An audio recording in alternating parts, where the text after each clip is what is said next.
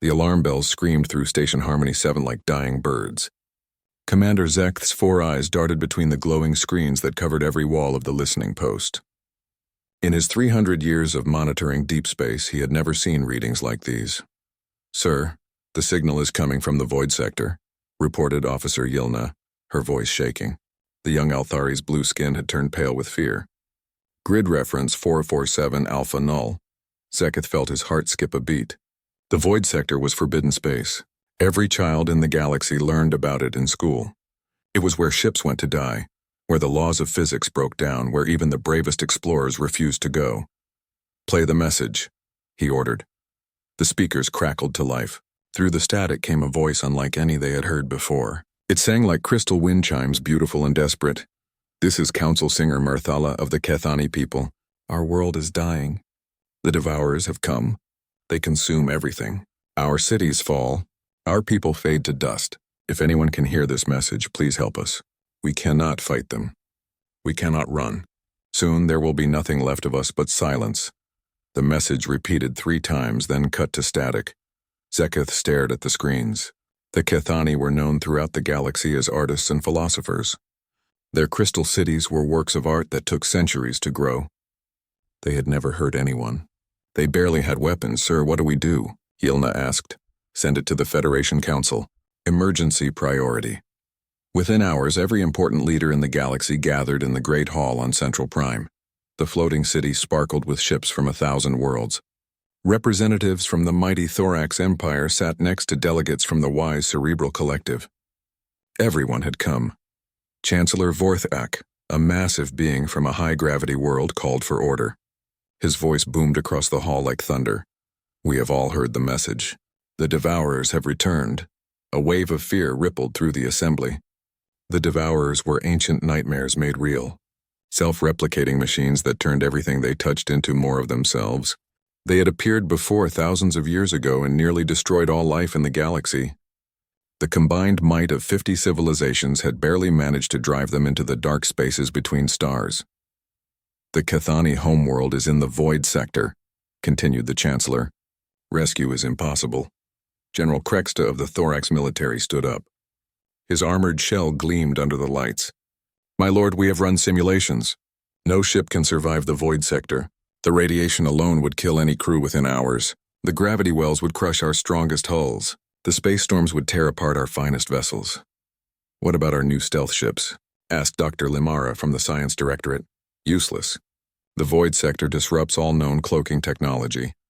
One by one, the greatest minds in the galaxy admitted defeat. The Kethani were doomed. There was nothing anyone could do. In the back of the hall, a junior communications officer named Pixel raised her hand. She was young, barely out of training, and her voice was so quiet that most representatives did not hear her. "Excuse me," she said louder. "I may have found something." Chancellor Vorthak frowned. "Speak." Pixel's hands trembled as she activated her datapad. "I was checking the galactic database for any species that might survive in the void sector. I found an entry that seems wrong." "Wrong how?" "There is a species listed as coming from a Class Thwine death world. But Class Thwine is impossible. Nothing can evolve on a world that dangerous." The hall fell silent. Class Thwine meant a planet where extinction-level events happened regularly, where the weather could kill entire continents, where the very ground was poisonous and the air was fire. "What species?" asked the Chancellor. "Humans. From a world called Earth. They joined the Federation 50 years ago." General Krexta laughed, a sound like grinding metal. "Humans, those primitives? They barely have faster-than-light travel. Their ships are held together with metal bolts and hope. But, sir," Pixel continued, "if the database is correct, they are the only species in galactic history to evolve on a world that tried to kill them every single day." Dr. Limara accessed her own records. "The girl is right. Earth experiences massive storms, earthquakes, volcanic eruptions, asteroid impacts, ice ages, and something called mass extinctions on a regular basis. The humans somehow survived all of it. They also fight wars among themselves constantly," added General Krexta with disgust. "Savage behavior, or perfect training," said Chancellor Vorthak quietly. The hall erupted in debate. Some representatives called the idea insane. Others pointed out that insane was exactly what they needed. The Kithani had maybe days before the Devourers finished consuming their world. Finally, the Chancellor called for quiet. We will send the message to Earth.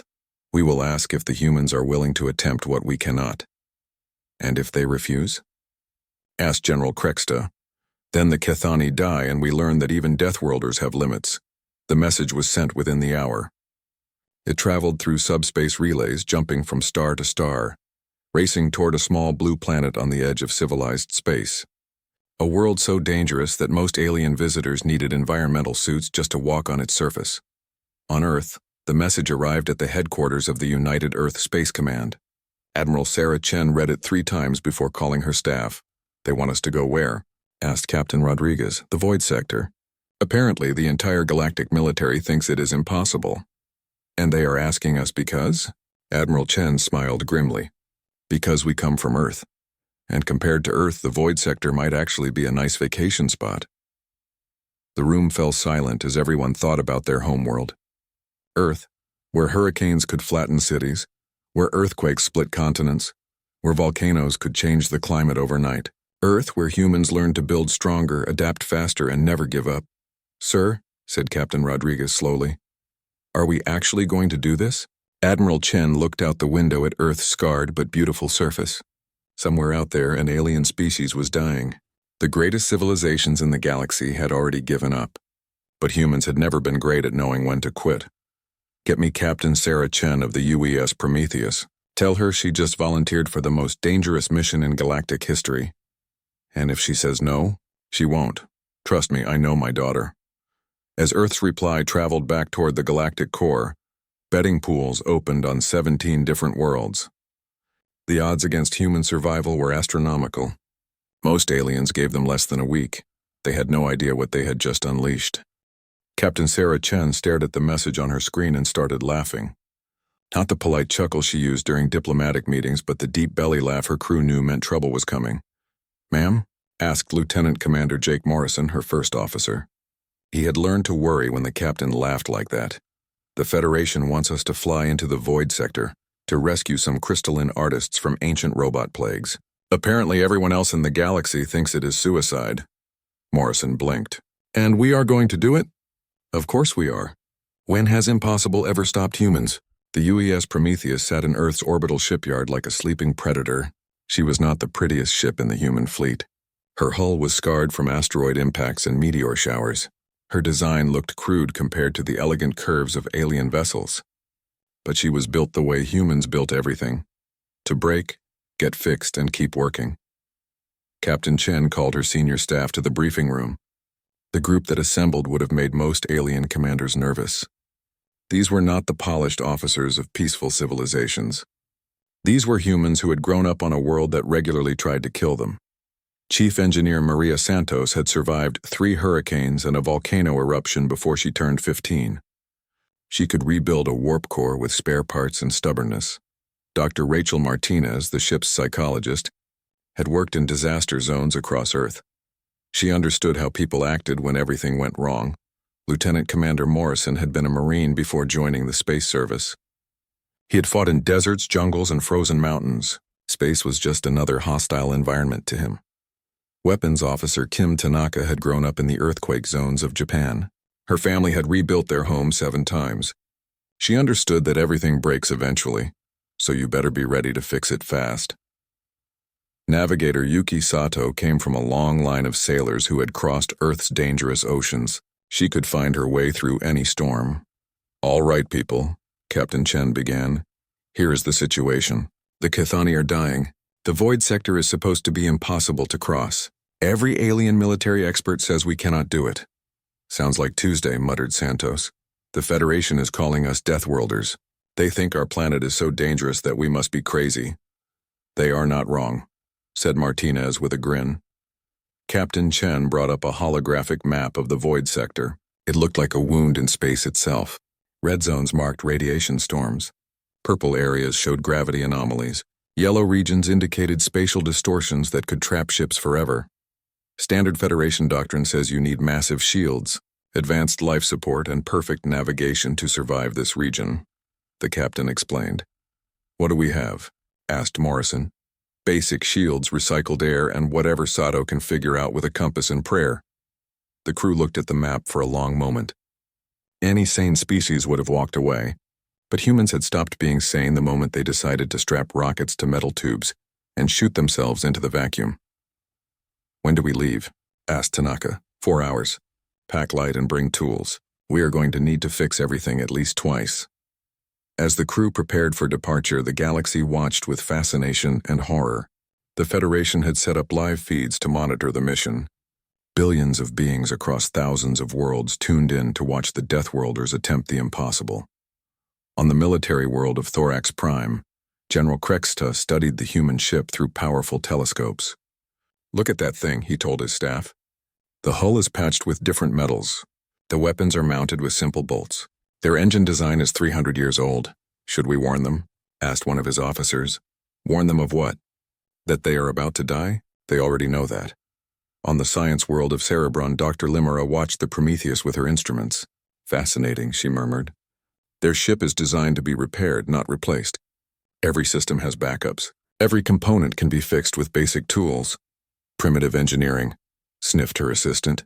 "No," said Dr. Limera slowly. "Practical engineering. They build things assuming they will break." The Prometheus undocked from Earth's orbital station with little ceremony. No grand speeches, no parades, just a ship and crew heading into the unknown. Captain Chen stood on the bridge watching Earth shrink in the view screen. "Course laid in for the Void Sector," reported Sato. "Travel time at maximum warp is 6 days. Take us out nice and easy. No sense rushing toward our doom." The ship jumped to warp speed with a flash of blue light. Behind them, Earth continued its ancient rotation, battered but unbroken. Ahead lay the darkest region of known space. As they traveled, the crew made their preparations. Santos checked every system twice, then built backup systems for the backups. Martinez reviewed stress management protocols and reminded everyone that panic was just another obstacle to overcome. Morrison drilled the security teams on boarding actions and close combat. Tanaka ran weapons diagnostics and wondered if human-built missiles would work in space where physics got weird. On the 3rd day, they received a message from the Kethani homeworld. The transmission was weak and filled with static, but Council Singer Murthala's crystalline voice came through. "Unknown ship, we have detected your approach. Are you truly coming to help us? Please be careful. The Devourers learn from everything they consume. They are no longer the simple machines they once were." Captain Chen sent a brief reply. "Kethani people, this is Captain Sarah Chen of Earth. We are coming." "Hold on." The crew gathered in the mess hall that evening. Outside the windows, space looked normal. Stars twinkled peacefully in the distance. But tomorrow they would enter the Void Sector and everything would change. "Anyone want to back out?" asked Captain Chen. Nobody moved. "Good. Because I checked the math and we are probably going to die." "Probably is not definitely," said Santos cheerfully. "I like those odds." "Besides," added Morrison, "my grandmother survived the London Blitz. If she could handle Nazi bombers, I can handle some cranky space storms." Dr. Martinez raised her coffee cup. "To the Kethani, and to being too stupid to know when something is impossible." The crew drank to that. Outside, the stars watched silently as a small battered ship carried the hopes of an entire species towards certain doom. On 1,000 worlds, aliens made final bets on how long the humans would survive. Most gave them hours, not days. They had no idea what humans could do when someone needed help. The first sign of trouble came when their coffee started floating sideways. "That is new," said Captain Chen, watching her morning cup drift past her ear. "Sato, what is our position?" Navigator Yuki Sato frowned at her instruments. Half the readings made no sense. "We just crossed into the outer edge of the Void Sector, Captain. Gravity is doing weird things here." Chief Engineer Santos' voice crackled over the intercom. "Captain, I have good news and bad news. The good news is our engines are still working. The bad news is physics seems to have taken a coffee break." Through the main view screen, space looked wrong. Stars bent in impossible directions. Distant galaxies appeared to be upside down. A nebula in the distance was shaped like a perfect spiral, but it was rotating the wrong way. "Federation records say this is impossible," reported Morrison, reading from his tactical display. "Add it to the list," Chen replied. "Santos, how are our systems holding up?" "Better than expected, actually. The artificial gravity is fighting with whatever is out there, but we are managing. though I should mention that the bathroom on Deck 3 is currently sideways. The crew had been in the void sector for 12 hours, and they were still alive. On 1,000 worlds, aliens watched in amazement. The betting pools had already paid out to those who had bet on immediate human death. New bets were forming on how long they could last. "Captain," called Tanaka from the weapons station, "I am reading something big ahead, really big." The view screen shifted to long-range sensors.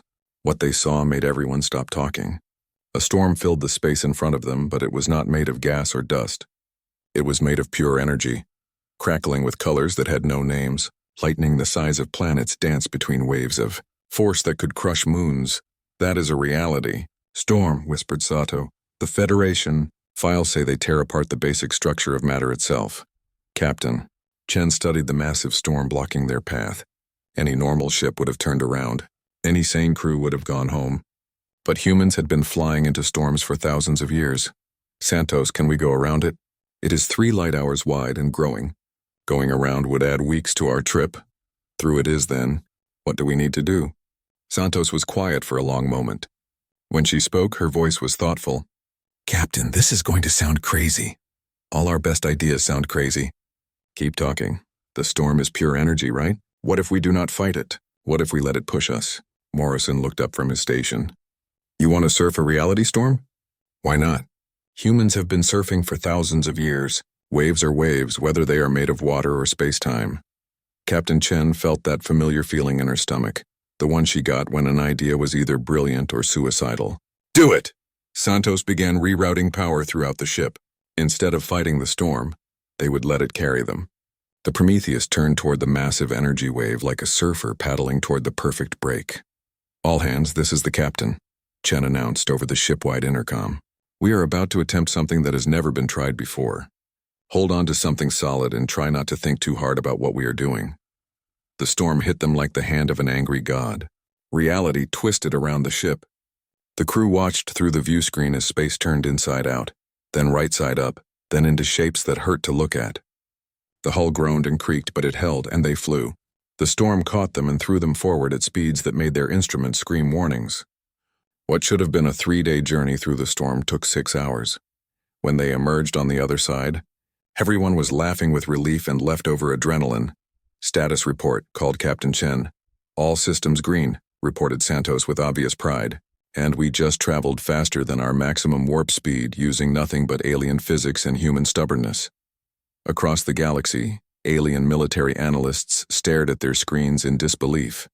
The humans had not just survived a reality storm, they had used it as a shortcut. "Impossible," muttered General Krexter on Thorax Prime. "Apparently not," replied his aide. The next obstacle appeared 2 days later. Long-range sensors detected something that made Tanaka check her weapons 3 times. "Captain, we have company. Big company." The view screen showed creatures that looked like jellyfish made of starlight. They were beautiful and deadly, energy beings that fed on the power cores of ships. Dozens of them drifted through space like glowing clouds. "Energy vampires," said Morrison, reading from the threat database. "They drain power until ships go dead, then feed on the crew." Captain Chen watched the creatures approach. They moved with the lazy confidence of apex predators who had never met anything that could hurt them. "Santos, how much power do they need?" "According to the files, they drain everything. Weapons, engines, life support. Ships usually have about 10 minutes before total system failure." "And how much power do we produce?" Santos checked her readings. "At maximum output? About 3 times what most Federation ships generate." Chen smiled. "So we need to think of this differently. They are not draining our power. We are feeding them. The question is, can we control what they eat?" It took Santos 15 minutes to rig the solution. She isolated the ship's main power grid and created a secondary system that produced exactly what the energy beings wanted. Pure, concentrated power that tasted better than anything they had ever encountered. When the creatures attacked, they found something unprecedented. Instead of draining the ship dry, they were offered a banquet. The Prometheus fed them carefully controlled bursts of energy, each one more delicious than the last. The beings followed the ship like pets, happy and well-fed. "We have tamed energy vampires," reported Santos with satisfaction. "Add it to our list of impossible things," replied Chen. Dr. Martinez made notes in her psychological report. The crew stress levels are actually dropping.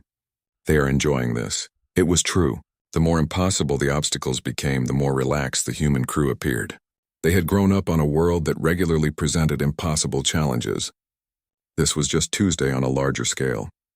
The final test came when they encountered the maze. Space itself had been twisted into a labyrinth of gravitational walls and temporal loops. Ships that entered never came out. They just flew in circles forever, trapped in their own past. The Federation lost 12 exploration vessels here, reported Sato. Their crews are still flying around somewhere, trying to find the exit. Captain Chen studied the maze on her screens. It was beautiful in its complexity, like a puzzle made of stars and time. Can we map it? I have been trying for the past hour. Every time I think I have found a pattern, it changes. Chen thought about Earth's ancient mazes, the ones humans had built for thousands of years. What if it is not supposed to be mapped? What if it is supposed to be felt? Sato looked confused. Felt? On Earth, the best sailors do not just read charts. They feel the ocean. They sense the currents and the wind. What if this maze is alive? It was another crazy idea that might just work. Sato turned off her instruments and relied on intuition instead. She guided the ship through the maze like she was following ocean currents, feeling for the path that wanted to be found. It worked.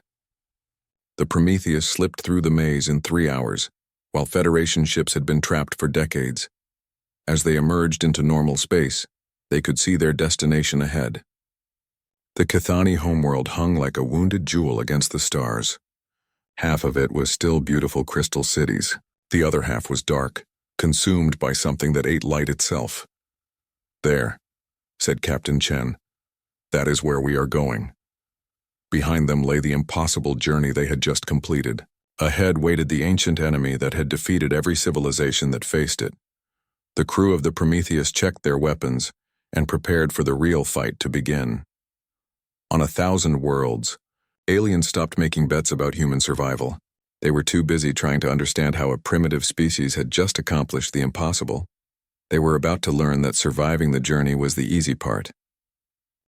The Cathani homeworld looked like a patient dying of some terrible disease. Half the planet still sparkled with crystal cities that caught starlight and turned it into music. The other half was black as midnight, covered by a crawling mass that seemed to eat light itself. Sweet Jesus, whispered Morrison. What did that to them? Captain Chen zoomed in the view screen. The black mass was not solid. It was made of millions of tiny machines, each one no bigger than a car, working together like a mechanical swarm of locusts. As they watched, the dark tide crept forward, consuming another crystal tower. The beautiful structure dissolved into gray dust, which the machines absorbed before building more of themselves. The Devourers, said Dr. Martinez quietly. I have read about them. They were supposedly destroyed thousands of years ago. Well, they got better, said Santos grimly. A transmission came through from the planet's surface. Council Singer Mirthala's crystalline voice was weaker than before, filled with static and despair. Human ship, please hear us. We have less than 1 rotation before the Devourers reach our last city. They have changed. They learn from everything they consume. They are no longer simple machines. Captain Chen opened a channel. Mirthala, this is Captain Chen. We are here. Tell me about these changes. They have absorbed the technology of 37 different species. They have weapons that should not exist, shields that adapt to any attack. They rebuild faster than we can destroy them. We cannot fight what they have become. Tanaka ran a tactical scan of the planet's surface. Her face went pale as the data came in. Captain, those things down there have Federation plasma cannons, thorax energy shields, cerebral adaptive algorithms, and about 12 other weapon systems I do not recognize. How many are there? Asked Chen. Estimated 7 billion active units. They are building more every minute. Morrison whistled low. The Federation records say it took 50 civilizations to stop them last time. And that was when they were just basic machines. Captain Chen stared at the planet below. Any sane military commander would call for backup. Any reasonable person would admit this was hopeless. But humans had a bad habit of being neither sane nor reasonable when people needed help. Santos, how much firepower do we have? Compared to 7 billion adaptive war machines? Not nearly enough. That is what I figured. So we need to think differently. What do we know about these things? Dr. Martinez pulled up her files. According to galactic records, they are a hive mind. Each unit shares information with all the others. They adapt by learning from every attack, every defense, every tactic used against them. So conventional warfare is out, said Chen. They will learn and counter everything we try. What about unconventional warfare? Asked Morrison with a grin that his Marines would have recognized. Chen felt that familiar feeling again, the moment when humans stopped playing by the rules and started making up their own. Santos, can you scan their communication network? Already did. They are using quantum entanglement for instant communication across the entire swarm. Very advanced. Can you tap into it? Santos looked confused. Tap into it? Captain, that is a hive mind network. If I connect to it, they will learn everything about our ship, our weapons, our tactics. Good. Let them learn. The crew stared at their captain like she had lost her mind. Dr. Martinez made a note to schedule a psychological evaluation. Captain, said Morrison carefully, are you feeling all right? Never better. Here is what we are going to do. Santos, I want you to hack into their network and feed them information about human military tactics. Which tactics? Chen smiled the smile that made enemy commanders nervous. All of them. Every war we have ever fought. Every battle we have ever won. Every strategy we have ever used. Santos worked her console like a concert pianist. Within minutes, she had breached the Devourer network and began uploading data. The entire history of human warfare flowed into the hive mind. Ancient battles with swords and shields, modern conflicts with tanks and aircraft, space battles with energy weapons and guided missiles. The Devourers absorbed it all eagerly. They learned about human tactics and began adapting their defenses. They prepared for conventional attacks, strategic bombing, electronic warfare, and everything else humans had ever tried. Upload complete, reported Santos. They know everything about how we fight. Perfect, said Chen. Now comes the fun part. Morrison, remember what you learned in Marine training about fighting an enemy that knows all your moves? Morrison thought for a moment, then started grinning. You stop using moves and start improvising. Exactly. Tanaka, how is our weapon system? Ready for anything, Captain. Good. Because we are about to try something that is not in any military manual. The Prometheus descended toward the planet. The Devourers watched them approach with electronic interest. Their hive mind calculated thousands of possible attack patterns. They prepared defenses for orbital bombardment, surface assault, electronic warfare, and biological weapons. They were ready for everything except what humans actually did. Instead of attacking the Devourers, Captain Chen targeted the planet itself. Specifically, she targeted the massive volcano that sat beneath the largest crystal city. Humans had been using volcanoes as weapons since they first learned to throw rocks into lava. Fire all weapons at these coordinates, Chen ordered. Captain, that is not a military target, protested Tanaka. Trust me, the Prometheus unleashed everything it had at the dormant volcano. Missiles, energy beams, and kinetic weapons all struck the same point on the planet's crust. The Devourers watched in confusion. This made no tactical sense. The humans were wasting their firepower on empty rock. Then the volcano woke up. Molten rock erupted into the sky with the force of 1,000 nuclear bombs. Lava flows raced across the surface at hundreds of miles per hour. The Devourers tried to adapt, but they had never encountered an enemy that used geological warfare. While the machines struggled to deal with flowing lava, Captain Chen targeted the planet's tectonic plates. The Prometheus fired at carefully calculated stress points, triggering earthquakes that split the ground beneath the Devourer swarm. They are trying to adapt, reported Tanaka. Some units are developing heat resistance. Good for them. Santos, how is the atmosphere composition on this world? High oxygen content. Very flammable. Even better, target the oxygen processing plants with incendiary rounds. What followed was not a battle in any traditional sense. It was humans doing what they did best, making everything worse for their enemies while somehow making it work in their favor. They turned the planet's own weather against the Devourers, using atmospheric manipulation to create massive storms. They triggered avalanches in the polar regions and redirected rivers to flood Devourer production facilities. The machines adapted frantically, but every time they developed a defense against one natural disaster, the humans would trigger a different one. Volcanic eruptions, earthquakes, tsunamis, hurricanes, lightning storms. Earth had taught humans to weaponize everything. "This is insane," reported Dr. Martinez, watching the chaos unfold. "They are using the entire planet as ammunition." "Insane but effective," replied Morrison. "Look at the Devourer numbers." The mechanical swarm was in full retreat. Their adaptive algorithms could not keep up with enemies who fought using weather patterns and geological processes. They had learned to counter human technology, but they could not counter human creativity. Meanwhile, the surviving Cathani watched in amazement as their alien rescuers turned their dying world into a weapon against its destroyers. Council Singer Murthala sent another transmission. "Human ship, we do not understand what you are doing, but it is working. The Devourers are failing." "How is this possible?" Captain Chen replied while directing another earthquake strike. "We come from a world that tries to kill us every day. We learned to fight back using everything around us. Your planet is just another weapon, and these machines never learned to fight dirty." The final blow came when Santos discovered something interesting about the Devourer hive mind. "Captain, their network is quantum-based, but it has a single point of failure. They need a central processing core to coordinate the entire swarm." "Where is it?" "Underground, beneath the main consumption area, protected by 7 different shield systems." Captain Chen looked at the tactical display.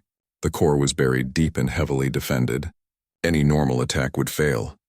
"Santos, can you cause a localized tectonic shift directly beneath that position? You want me to drop their command center into the planet's core?" "Why not?" "We have been redecorating this world all day. The final earthquake was a masterpiece of geological engineering. The ground beneath the Devourer command core simply disappeared, swallowed by a crack that went straight down to the molten center of the planet.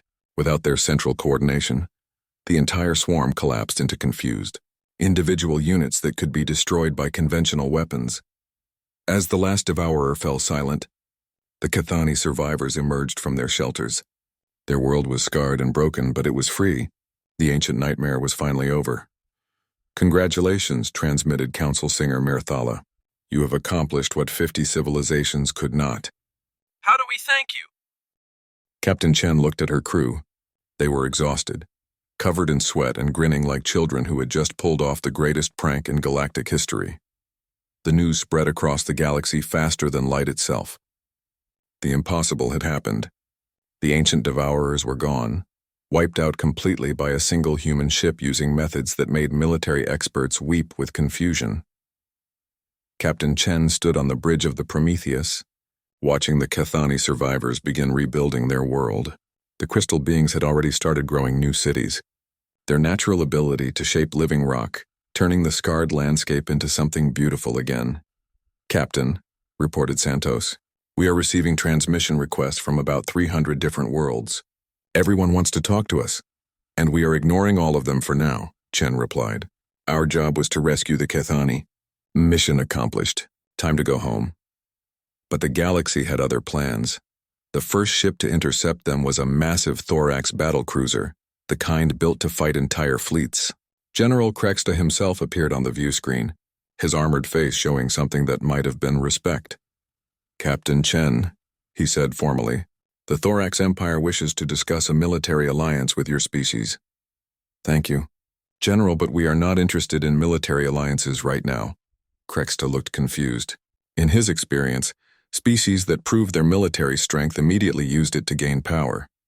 "Captain, you have just demonstrated capabilities that exceed our own. Surely Earth wishes to claim its rightful place among the galaxy's dominant powers." Chen thought about Earth, still turning peacefully in its distant solar system, still dealing with hurricanes and earthquakes and all the natural disasters that had taught humans to be so adaptable. "General, we did not come here to prove we were strong. We came here to help people who needed help.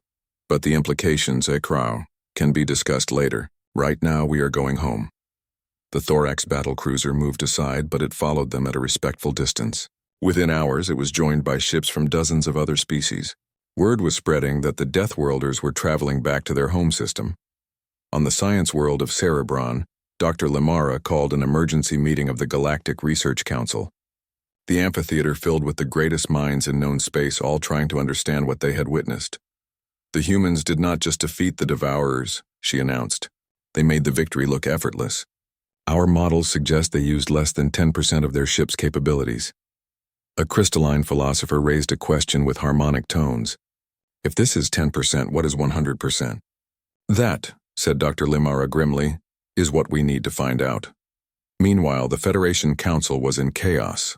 Chancellor Vorthak tried to maintain order as representatives from hundreds of worlds shouted demands and concerns. The humans must be studied, called the delegate from Altrius. We need to understand their capabilities. They must be contained, argued the synthetic collective. No single species should possess such power. They must be recruited, insisted the Trade Federation. Imagine what they could do for galactic security. Through it all, the small junior officer named Pixel sat quietly in the back, remembering that she had been the one to suggest asking the humans for help. She wondered if she should be proud or terrified. Aboard the Prometheus, Captain Chen was getting tired of the attention.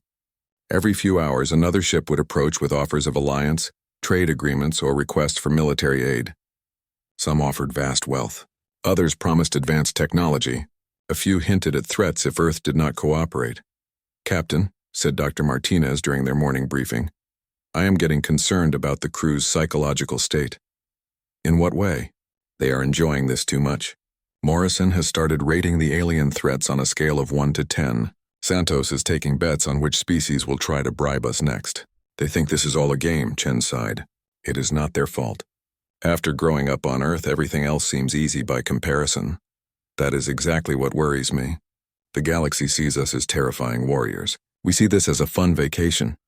The truth of Dr. Martinez's words became clear when they reached the edge of Federation space. Waiting for them was the largest fleet anyone had ever assembled in peacetime. Hundreds of ships from dozens of species, all positioned to either escort or intercept the single human vessel. Well, said Morrison cheerfully, that is new. Captain Chen opened a general broadcast channel. This is Captain Sarah Chen of the United Earthship Prometheus. We are traveling home after completing a rescue mission. We have no hostile intentions toward any species or government. The response came from Chancellor Vorthak himself, speaking from the Federation flagship. Captain Chen, the galaxy needs to discuss the implications of your recent actions. Your species has demonstrated capabilities that change everything. Chancellor, with respect, we demonstrated the ability to help people who needed help. If that changes everything, then everything needed to change. It was a simple statement, but it hit the assembled alien leaders like a physical blow. For thousands of years, galactic civilization had been built on careful balance. Each species knew their place, their capabilities, their limitations. The humans had just proven that the impossible was merely difficult. The journey back to Earth took 3 weeks. By the time they reached Sol system, the small human fleet there had grown to include observers from every major galactic power. Earth's orbital stations were crowded with alien diplomats, scientists, and military analysts, all trying to understand the species that had just rewritten the rules of warfare. Admiral Sarah Chen, the captain's mother, met them at the orbital dock. Her first words were typical of human priorities. How is everyone? Any injuries? Do you need medical attention? We're fine, Mom, replied Captain Chen. A little tired, but fine. Good. Now what exactly did you people do out there? I have been getting calls from alien governments I have never heard of. As the crew disembarked, they were surprised to find Earth largely unchanged. The same storms still raged across the oceans. The same earthquakes still shook the continents. The same volcanoes still reminded humans that their planet was alive and dangerous. But something had changed in the way the galaxy looked at this small blue world. Reconnaissance satellites from a dozen species now monitored Earth's weather patterns, trying to understand how such a dangerous environment had produced such adaptable people. On the alien research stations, scientists studied recordings of human children playing in conditions that would kill most galactic species. They watched videos of humans rebuilding cities after natural disasters, of rescue workers saving people from floods and fires, of ordinary people treating impossible challenges as minor inconveniences. They do not fear their planet, reported one cerebral observer. They have learned to work with it. More than that, added a thorax analyst. They enjoy the challenge. Their stress levels actually decrease in dangerous situations. The political implications were staggering. For the first time in galactic history, a species had proven that the impossible was achievable. Every military doctrine, every strategic assumption, every political alliance was suddenly questionable. Some species began developing closer ties with Earth, hoping to benefit from human problem-solving abilities. Others started defensive preparations, worried about what Deathworlders might do if they ever became hostile. The Kethani became humanity's strongest advocates, using their influence as artists and philosophers to remind the galaxy that humans had risked everything to save strangers. Council singer Mirthala composed a harmony that became known across known space as the Song of the Deathworld Saviors. But perhaps the most important change was in how humans saw themselves. For 50 years, they had been the newcomers in galactic civilization, primitive and backward compared to species with thousands of years of spacefaring experience. Now they understood that their primitive background was actually their greatest strength. Earth had not handicapped them. It had prepared them for anything the universe could throw at them. Captain Chen stood in her apartment on Earth, looking out at the Pacific Ocean. A storm was approaching, one that would have sent most alien species fleeing for shelter. Instead, she watched surfers paddling out to catch the waves. A message came through on her personal communicator. It was from the Federation Council, offering her command of a new joint species exploration fleet. Similar offers had come from the Thorax Empire, the Cerebral Collective, and half a dozen other governments. She deleted them all and opened a channel to Admiral Chen. "Mom, I have a request." "What do you need?" "I want to go back out there. Not for any government or alliance, just us. There are probably other species out there who need help." Admiral Chen smiled. "That is very human of you. When do you want to leave?" "As soon as possible. The universe is a big place, and someone has to help the people who get into trouble." Across the galaxy, alien civilizations struggled to understand the implications of what humans had accomplished. They built new policies, restructured their militaries, and rewrote their diplomatic protocols. But humans were already moving on to the next challenge, the next impossible mission, the next group of people who needed help. It was, after all, what they did best: